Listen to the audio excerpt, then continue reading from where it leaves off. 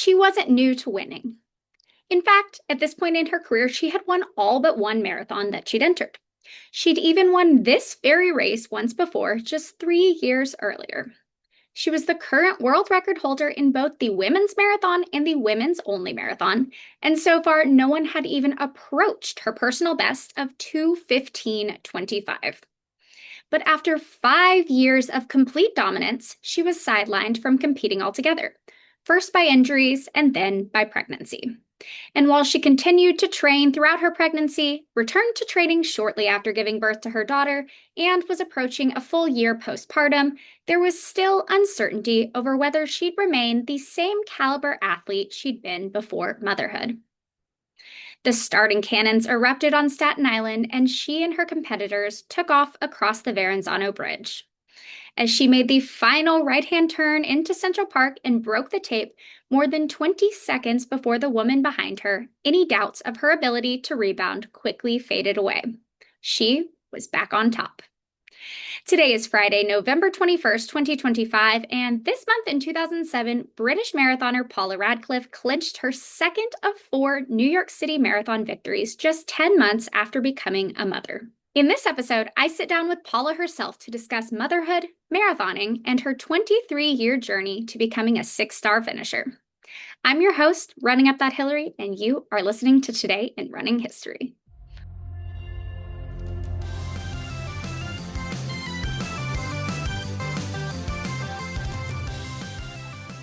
It is Fueled Friday, which means that this episode is sponsored by Fuel Goods, my #1 source for all running nutrition needs.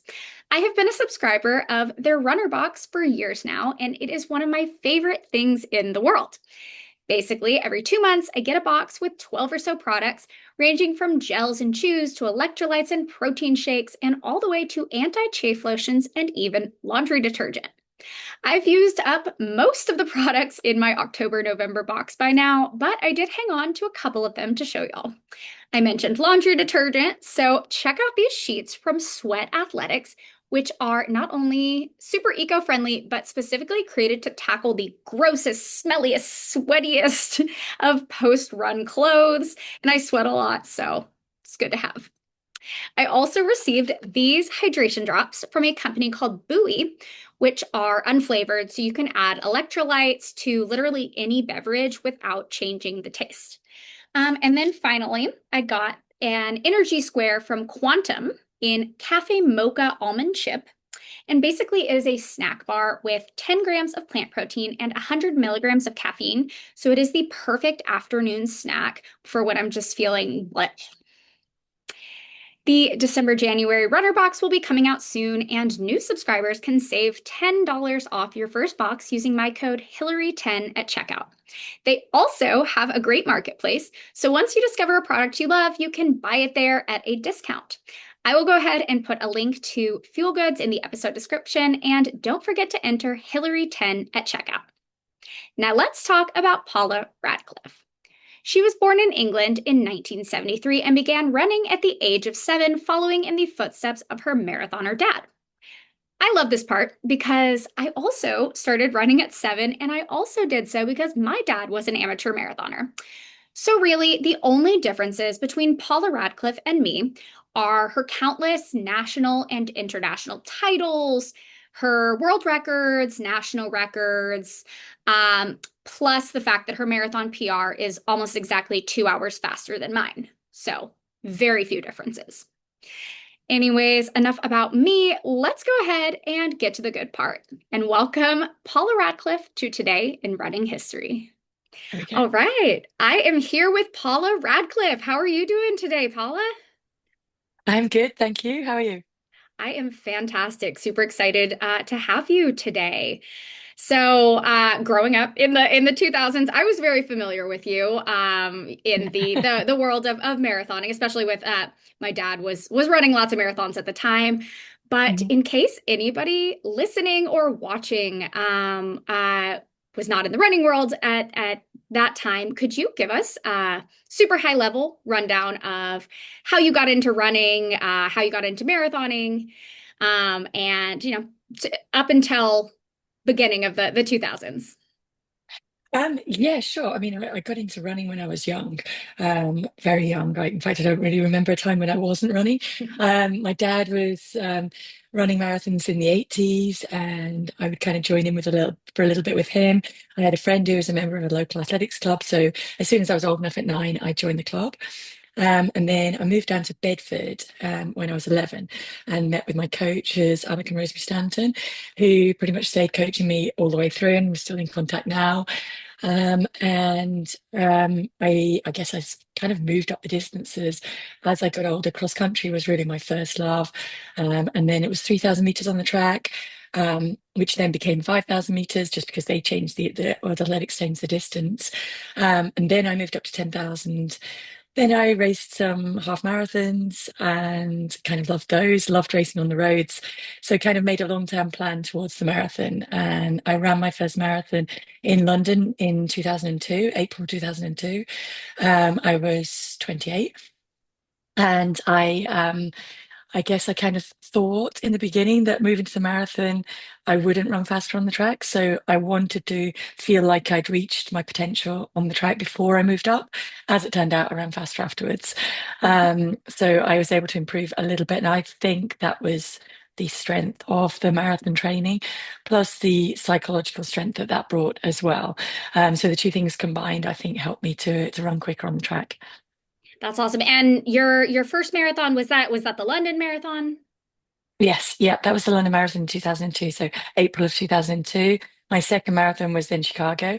Mhm. So basically the first marathon that I ran went in with one goal only, just to learn about the marathon, find out if I was good at it and enjoy it, which I really, really did. And then I kind of had no idea of what pace I was on. I was just having fun, running and really enjoying it. And when I turned onto the mall, I saw the finish line clock and it said 2:18:50s. And I was thinking, well, I'm sure the world record's somewhere close to that. And so then when I crossed the line, I said to my husband, I know that I can get that record. And so then we started talking to Kerry Pinkowski, who was actually in London then, about going to Chicago to try and beat it. And Chicago fit perfectly for me that year because I wanted to run the Commonwealth Games and the European Championships on the track. And it gave me time to kind of do that, have a little bit of a break, and then start a build towards Chicago. That's awesome. I just ran Chicago, and I love that course. It's a fast one. I mean, Yeah. I was a full 2 hours behind you, behind you, but it was such a fun thing. Which one did you like more, London or Chicago? Oh, it's so hard to pick because there are good points for all of them, and parts that I love. I mean, obviously London, it's the race that I was inspired to get into running in the first place, watching my dad run it, seeing Ian Christensen setting a world record in 1985, and then to find myself as a British person who's kind of watched it every year on TV at the front of it, and running a personal best. There is really it's very difficult to beat London. Having said that, I love Chicago as a city. I think it really gets behind the marathon. Kind of everywhere that you run through, people are out along the route supporting the runners. As I said, the organization Kerry's fantastic. The Bank of America is a sponsor at the time. They were really behind it, and I loved being there, and I felt very welcome there. Indeed, carried on going back for a long time afterwards, and looked forward to it each year and would take part in the 5K. It is just a weekend that is very special for the city of Chicago, I think. That's awesome. So you started with some of the fast and flat courses, hmm and then your first New York City marathon was in 2004. What spurred you to move to that race or to race that one in the first place? That was very special to me as well. I mean, I had raced first in New York in the Fifth Avenue Mile, back in, I think it was 95. I think around 95, 96, 97 there. And absolutely loved New York City from the first time that I got there. Woke up, kind of went for a run in the park, fell in love with the park, and it's still one of my favorite places to run. So I had that happy relationship with New York already. I'd run the mini there in 2001. And actually, that day that I won the mini, Mary Wittenberg, who was later CEO of the Roadrunners, was on the truck at the front of the race, heavily pregnant, and left then and gave birth to our son Alex that evening. And we kind of stayed in touch.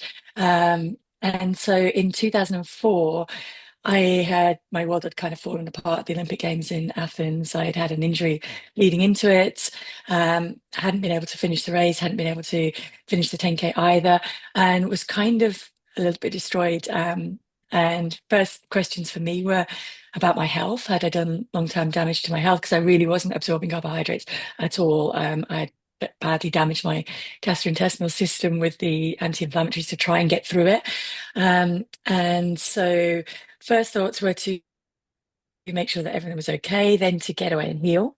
And for me, healing, part of that is being able to get back to running. So we went away to Flagstaff.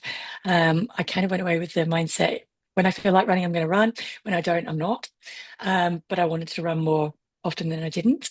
And I came back from a run, and I think it was only about 2 weeks before the race. And I said to my husband, Gary, do you think I could just go run New York?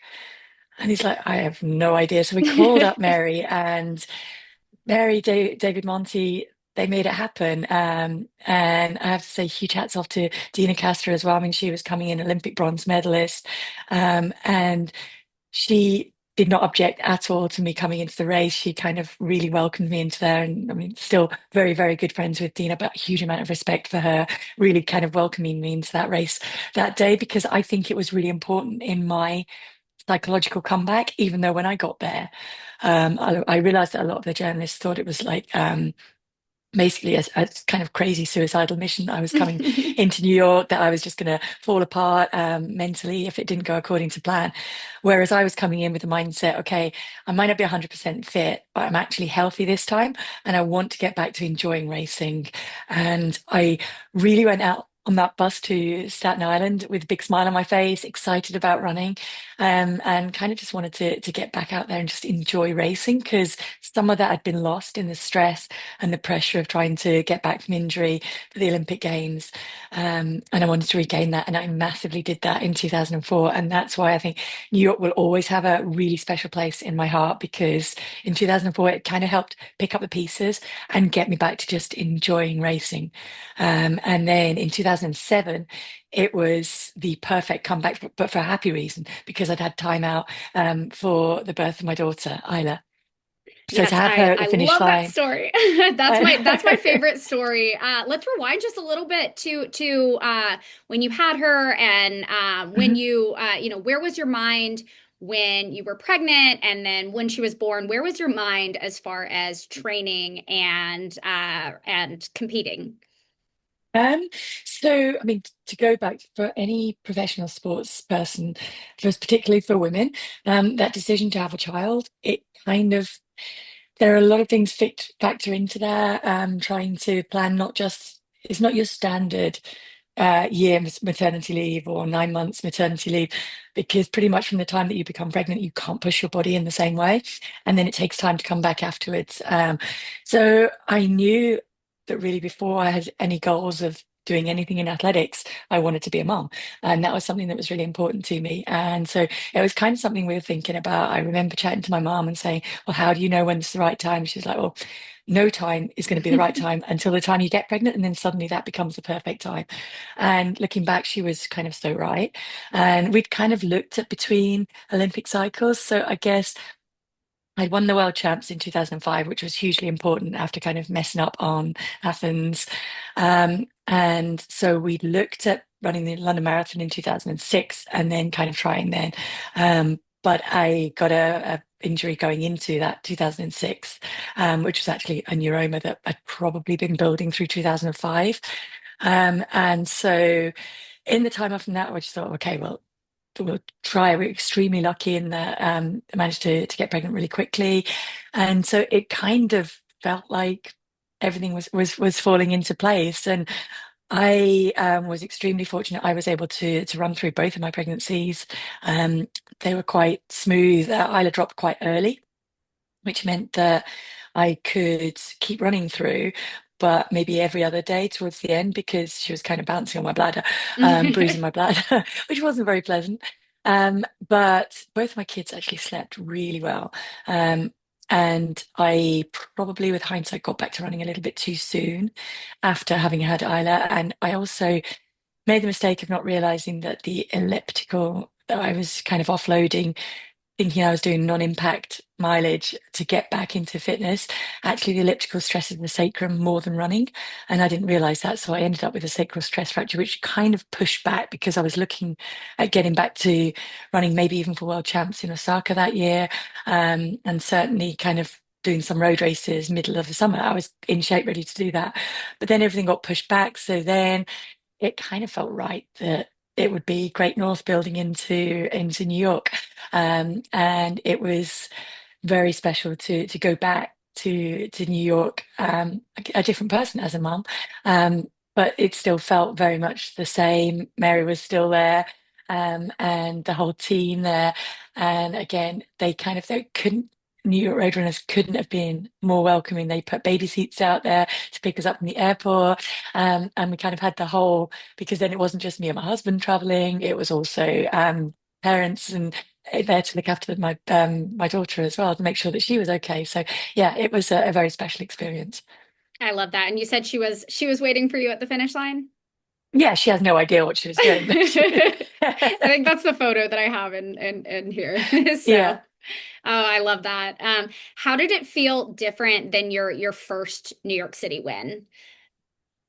I think different because I think when you have a mom, when you are a mom, sorry, you have a different reason for pushing yourself and a different level of satisfaction. So, kind of certainly for me, it felt like I was a bit calmer, and certainly happy to be a mom. So that kind of brings you in already at a little bit of an advantage. And so I'm happy in my life, but I'm always happier if I can be out there racing as well as I'm capable of doing it as well. So to kind of be coming into New York, having really missed racing, I was super excited just to get back. I've always been like that, whether I missed it through injury or for good reasons like pregnancy. I'm excited to get back out and race. And that was for me the reason that I kind of did all the hard training, was to get out and enjoy the races. So I was really excited to be back in New York City. I knew how special the race was. And if anything, in those kind of few years away, it had grown. I'd been back there actually when I was pregnant in 2006. My husband ran it.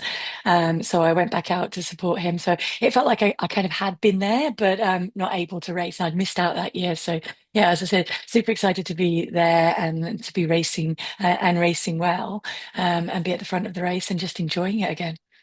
That's awesome. And then you came back the next year and Yeah. you did it again. So at that point, 2008, your third victory in New York Mhm. City. What did that feel like? Was it old news at the time, or was it just as exciting? No, I mean it's always special in New York City, and they are for different reasons, all very special. And I think 2008 again, it was kind of coming back from that Olympic disappointment. I'd picked up the femur stress fracture in kind of May time, so really it was highly unlikely that I'd be able to get through Beijing. So it was very different to Athens. In terms of Athens, I was really ready. And then the injury came less than a month before. And it was a huge amount of stress trying to get ready. Beijing really felt like if Athens hadn't happened, I would have just said, okay, forget it, and just leave it and get ready for New York City. But because it had happened, I think it was important for me to get there and see what I could do. And I cross-trained really hard. Ultimately, it was the impact that kind of meant that I wasn't prepared. I think I'd only had about 10 days of actually running outside, to be able to prepare my body for the impact. And certainly pre-shoes of today, I couldn't get away with that. So I kind of cramped up and I was able to finish, and that for me was important. But I knew that with just a few weeks of kind of being able to run outside and build up that muscular resilience, to running on the hard surface, then I'd be fine for New York City. So it really was kind of the third time lucky in terms of picking me up again, but also just in its own right, it was hugely special. for me to go back and to win the three. And I actually have a necklace that the Roadrunners gave me at the end with the three diamonds in it, and they Ah. prepared that before. So I was so freaked out when they gave it to me. I was like, I'm so glad you didn't tell me before, because it would have put a lot of pressure on it. Oops. But it is hugely treasured to me because each one of those victories is really, really important to me. And even in 2009, I went back and I actually can't remember. I think I might have been fifth, or I'm not sure where I Fourth. finished, but was I okay? You're fourth, yeah. Again, yeah, that was actually running with an injury. I mean, it was a small one that just kind of stopped me getting the turnover that I needed. But because it was so special, I guess I kind of went in there then with the mindset of, well, magic things have happened before. Maybe this injury can just not crop up. Unfortunately, it did. And that happens, you know. Yeah, That's awesome that you exactly. had just such great experiences. And you were just out there for race weekend this year. Yes, yeah, I was, and that was really cool. I mean, I went back. I'm always invited back as part of the advisory council. We have a get together, and that's so nice to catch up with everyone. People like Dina, Joni, Meb. Rob Di Castello is there. So many like Jahan Silva, and it's just great to get together with everyone. But what was really special this year was I took my son back, and my son in the last year has really gotten into running, which I love. I think he had to kind of want to do it on his own. But sharing a sport that you love with someone that you love is very, very special. And so he raced in the 5K. And yeah, it was just really nice to kind of take him around parts of New York and kind of be there in the Blue Line Lounge at the finish and soaking in the atmosphere of the race and have him actually really enthusiastic for it as well. So yeah, it was good. I love that so much. And as someone similar to you, I grew up watching my dad run marathons. He got me into running my first 5K when I was 7, and it had to be my idea before I actually got into marathons. But there's something just now sharing that love for the running, the sport of running, and then marathoning in particular. That's such a cool thing. I love that you have that with your son. Yeah, I mean it's such a great um, family of marathon runners, of runners. And I think it is such a great, strong community. And that's why I'm loving. I started my podcast last year with Christopher Thompson, and we kind of do. I know it was this year. So it was this year we started it, and the build up to London. And it's called Paula's Run Club, and it's really just to celebrate the kind of running community and bring everyone together there. So it is a very special, and you're right, sharing it with your family and having so many friends within that community is something that we're actually really lucky to have as runners. I love that so much. So as somebody who's run New York City multiple times, what is your favorite part of the course? Oh wow. I mean, there are some really, really cool bits. The start out running across the Verrazano Narrows Bridge, of course, is really iconic. And that bit is special. I have to probably say Central Park. Just because going back to kind of 1995 and when I first discovered it, I was just like, wow, this is just such an amazing place. And it was one of the places I was really keen to take my son to and let's go run round. And so you can really discover what's special about Central Park. And the whole of New York City has a buzz and an energy to it, particularly in Marathon Week. But I think when you get into that park, maybe because I grew up in cross country, and that certainly in the UK is like rolling hills. I absolutely love that part of Central Park. And it was like I'd kind of get into that bit and just feel a little bit stronger. And so, yeah, I love the park part. I love that part as well. It feels like you're about to finish and that you're still there for quite a while. That's my only complaint about Central Park. You're like, wow, I'm already in Central Park, and then you're just there for quite a while before you actually Uh, finish. But such a cool thing. So you won London multiple times, you won Chicago, you won New York City 3 times, you went back, you podiumed at Berlin. And then just this was it this year that you ended up mhm. going back and getting your 6 star in Tokyo? Yeah, Tell us yeah, it about was. that and the Um, decision to finish your sixth major. how did that come about? I guess the seed for it was sown. So when I finished my career, I earlier on had all these goals, like I really wanted to do comrades. I kind of wanted to tick off lots of things. And then My foot injury at the end was like so bad that I actually in 2012 didn't know if I'd be able to run again. And Dr. Amal Saxena in Palo Alto actually did some kind of revolutionary, I guess. He put a little bit of a bone graft in there. It kind of fused itself in some ways, but enabled me to get back running on it. Um, and I honestly wasn't sure if I'd be able to get through a marathon. And then in 2023, Nike asked me to kind of be a pacer for a group of runners they had running in Berlin. And so I jumped into that off no specific prep, and kind of got that group to 38K. And I didn't, I mean, my foot was sore afterwards, but it didn't set me back any and it recovered well. So that kind of got me thinking, oh, actually, maybe I could get away without jeopardizing the future health of my foot. Maybe I could get away with at least finishing the six. I'm not going to do anything crazy like try and do comrades, but maybe I could finish the six. So then I started to think about it, and then I thought, well, it'd be really cool to kind of do the two in the same year. I'm doing commentating work now with BBC, so I kind of had to look at the planning. I missed off the fact that there was European indoors as well as world indoors. So I kind of looked at it to begin with and thought, oh, it works fairly easily. Actually, it was quite tough to fit in Tokyo. My husband was away coaching, so I was kind of juggling both my kids doing big exams that year and going away and then getting back and going straight on to commentate at the European indoors. Um, but we managed to work it. I struggled a lot with the jet lag and I got a bit dehydrated in Tokyo. Um, but I loved the race and to be part of it and kind of to be back in that community. I think that was the thing that really I realized, okay, this is why I've done it. Yeah, there's a personal goal for the 6 stars, but I've actually just missed being a part of that community. And if anything, that atmosphere is stronger, kind of when you're in the middle of the pack like I was, rather than you're at the front of the elites. So that bit was really cool and really special.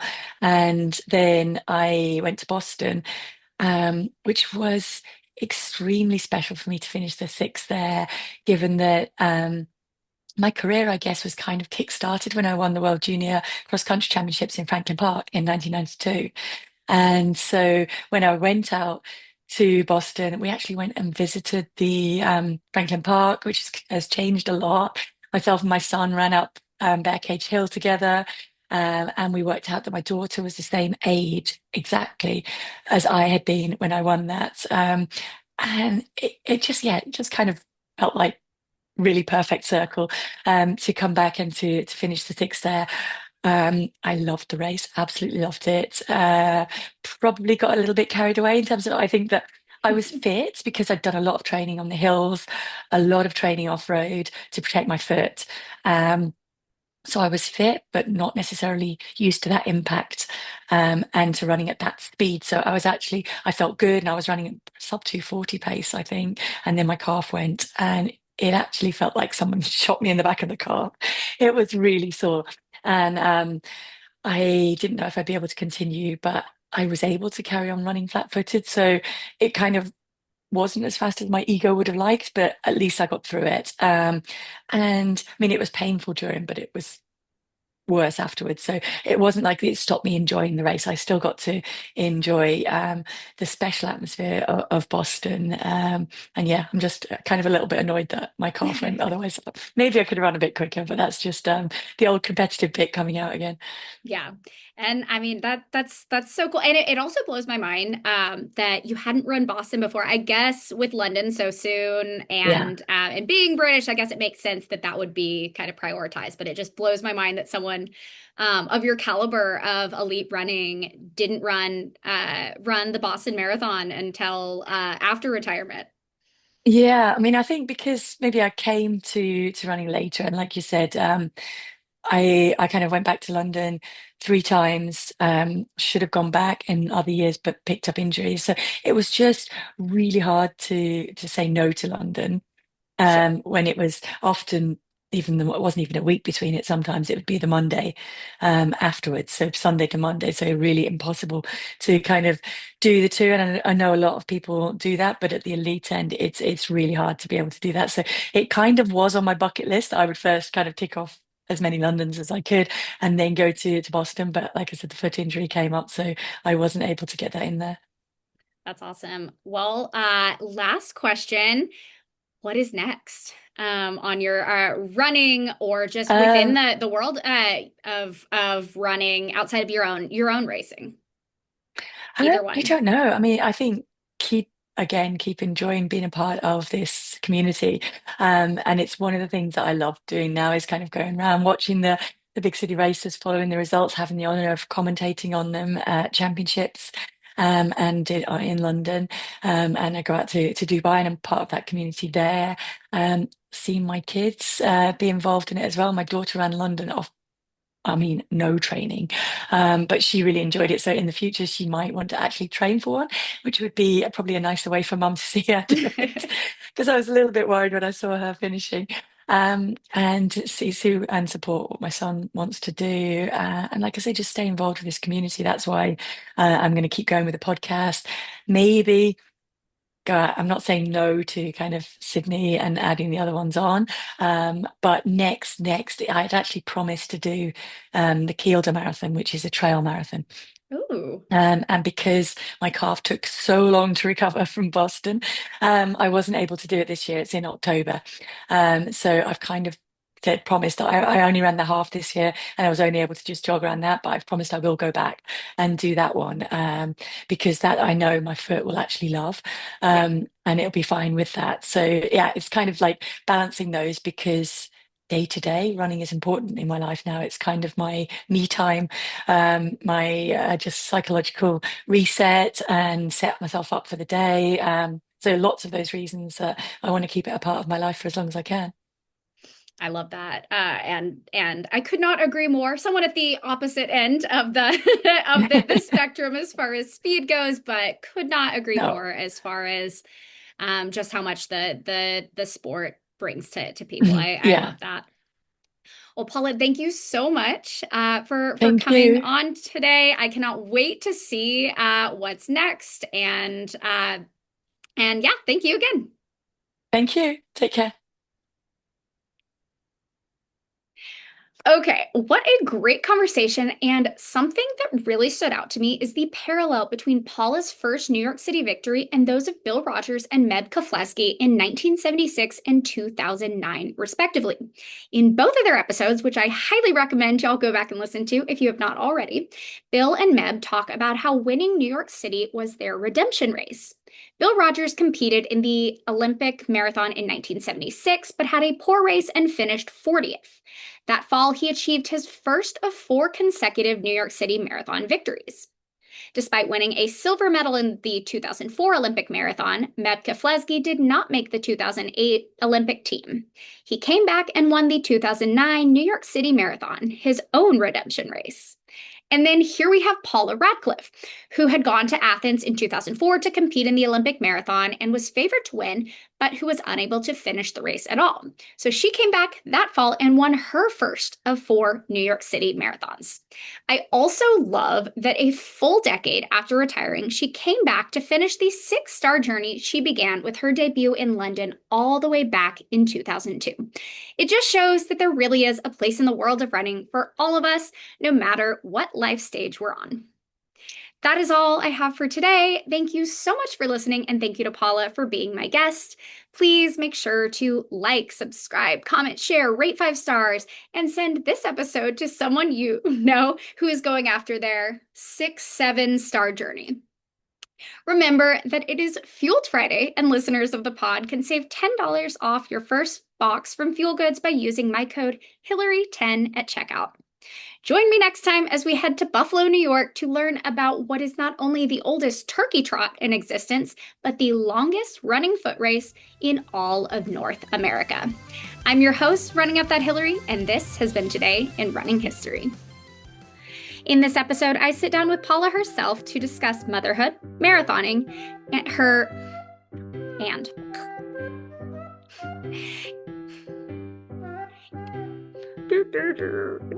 true, yeah. Okay, that was really great. Okay, and then hold on, I'm going to talk about these. Let's get these on out. So, ready? Okay. I have been a describer. I'm just going to restart that whole part, not the whole intro, just the part about Fuel Goods. Is this even why does this change color? That really confuses me. No, oh, hold on.